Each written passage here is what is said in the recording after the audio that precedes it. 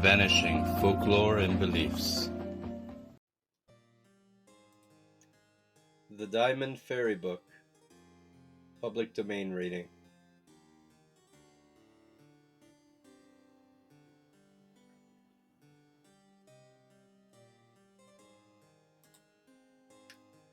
Lillekort. There was once a man and his wife who were very poor, and they had a great many children. Each year added one to the number. One day the wife gave birth to a beautiful boy, who on opening his eyes cried, "Dearest mother, give me some of my brother's old clothes, and food for 2 days, and I will go into the world to seek my fortune, for I see that you have enough children here without me."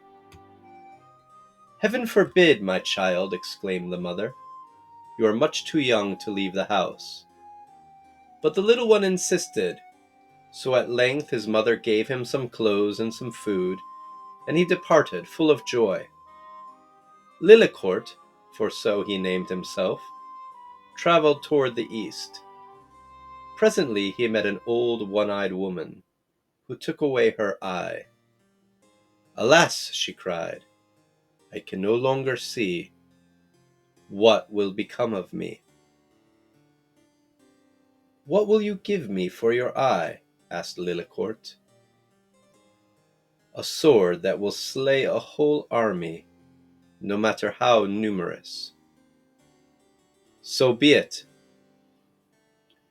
Lillekort took the sword and continued his journey. A little further on he met another old one-eyed woman, took away her eye, and asked what she would give him for returning it. The old woman said she would give him a ship that would sail over land and sea, over mountains and valleys, and on his agreeing she gave him a little ship, so small and light that he could carry it about in his pocket. As soon as he was quite alone, Lillekort stopped to examine his tiny vessel. He drew it from his pocket and put one foot in it, and immediately the small vessel grew larger. He put in his second foot. It grew yet larger still. He then sat down in it. It increased yet more. Then he said, "Go over the waves of the ocean, over mountains and through valleys, until you reach the palace of the king." The ship immediately sped through space with the rapidity of a bird, and stopped in front of a magnificent palace. From one of the windows of his palace several persons beheld, with astonishment and interest, this boy who travelled in a manner so strange, and they hastened out to obtain a nearest view of the wonder.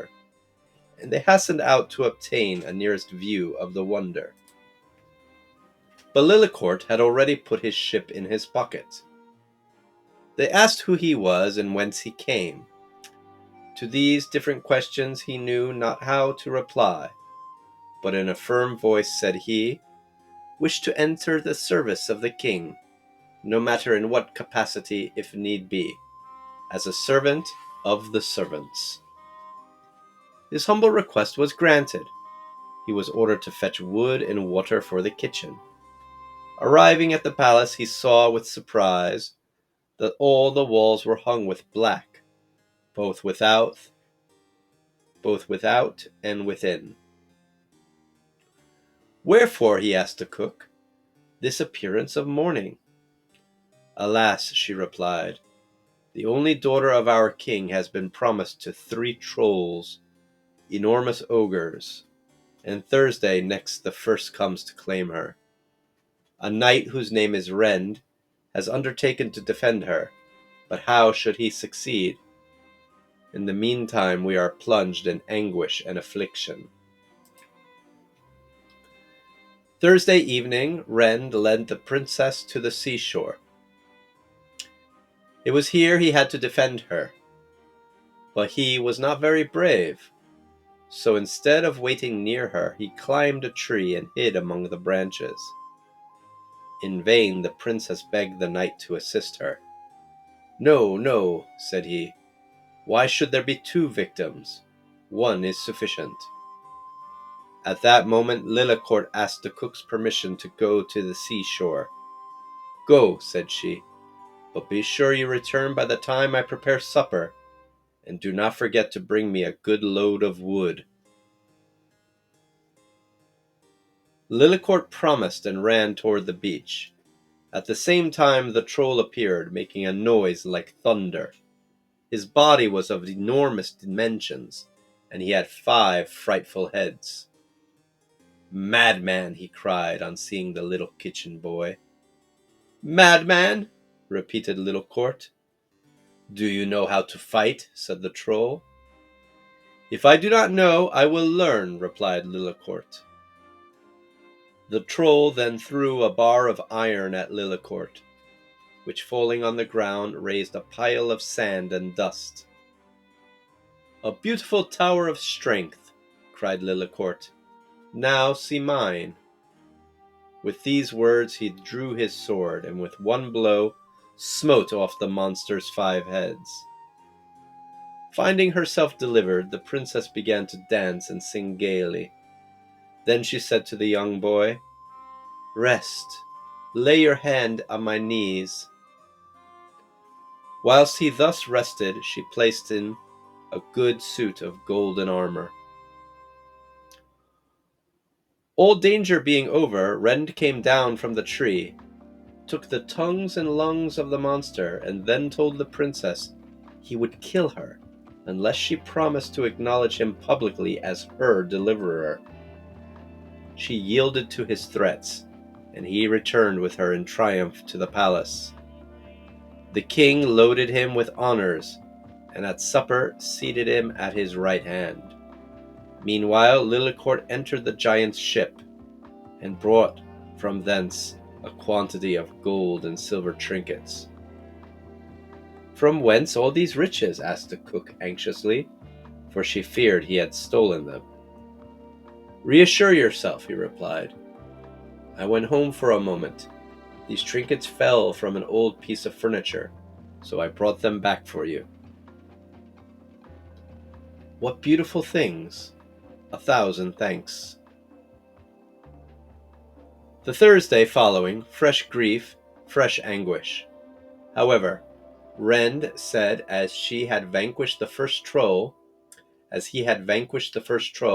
he reckoned he could conquer the second troll. But this time also he took refuge among the branches of a tree, saying, "Why should there be 2 victims?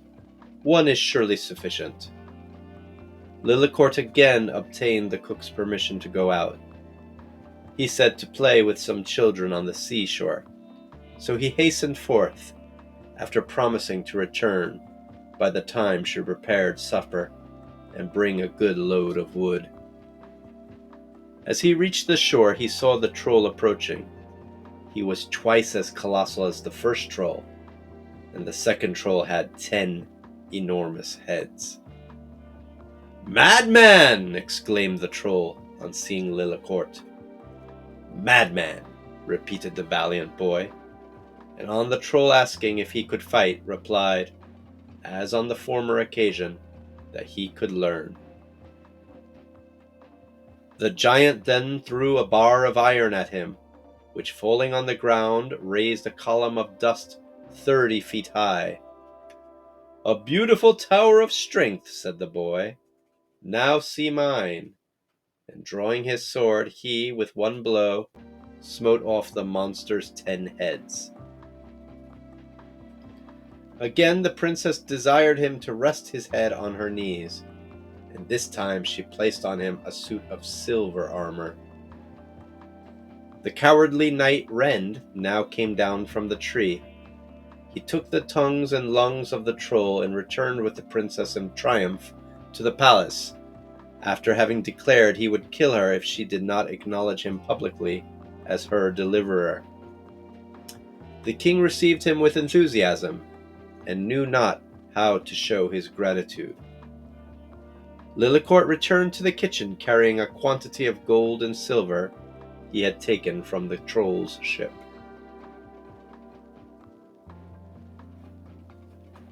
The third Thursday the palace was again hung with black, and the people were plunged in grief. But Wren said he had already conquered 2 formidable monsters, and would overcome the third. But as on the preceding Thursdays, he hid in the tree, and when the princess implored him to remain with her, he said 1 victim was sufficient. Lillekort, who had again obtained the cook's permission to go out, reached the shore at the same time as the monster, who was much more terrible than either of the former 2. This massive troll had 15 heads, and the bar of iron he threw at this brave little boy raised a column of earth 40 feet high. Lillekort, however, with his magic sword, struck off the 15 heads of the troll with 1 mighty blow. "Rest," said the princess. "Rest your head on my knees." Whilst he thus rested, she put on him a suit of bronze armor and said, "How can we make it known that it is you who saved me?" "Listen," replied Lillekort. "This is my idea. Wren will go without a scruple to claim the reward promised to your deliverer, your hand and the half of your father's kingdom.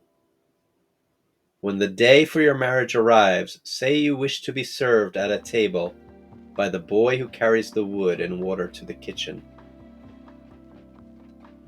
I will let a few drops of wine fall on Wren's plate. He will then strike me a second and a third time. I will do the same, and again he will strike me.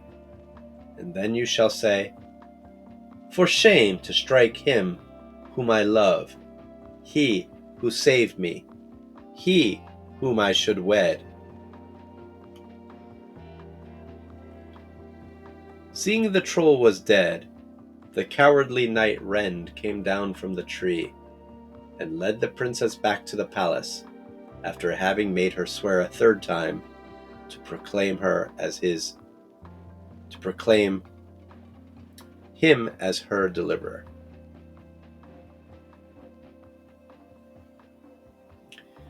The king announced that his daughter's deliverer should receive in the most splendid manner the reward he had so well deserved. The cowardly knight was betrothed to the princess, and half the kingdom was given to him. The day of the princess's marriage, she would be served by the boy who carried wood and water to the kitchen. "What?" exclaimed Wren in disgust. "You wish that dirty, hideous little varlet to come near you?" "Yes, I wish it." Lillekort was summoned, and, as he had said, he once, twice, thrice let some drops of wine fall in Wren's plate. The first time he was struck, the coarse garments he wore fell off, and the valiant boy appeared in a suit of bronze armor. And the second time, in silver armor. And the third time, in armor of glittering gold. Then the princess cried, "For shame to strike him whom I love, he who saved me, he whom I should wed." The cowardly knight Wren swore loudly that it was he who had saved her. "Let us see the proofs of the victors," said the king. The knight immediately showed the tongues and the lungs of the trolls. Lillekort fetched the treasures he had taken from the monster's ships. At the sight of the gold, silver, and diamonds, no one had the slightest doubt. "The trolls alone have such treasures," said the king, "and only he who kills them can obtain possession of their riches." Wren, the coward and impostor, was thrown into a ditch full of serpents, and the princess's hand was given to Lillekort, together with half of the king's kingdom. If you enjoyed this story, please take a moment and press the subscribe button. Thank you very much for listening.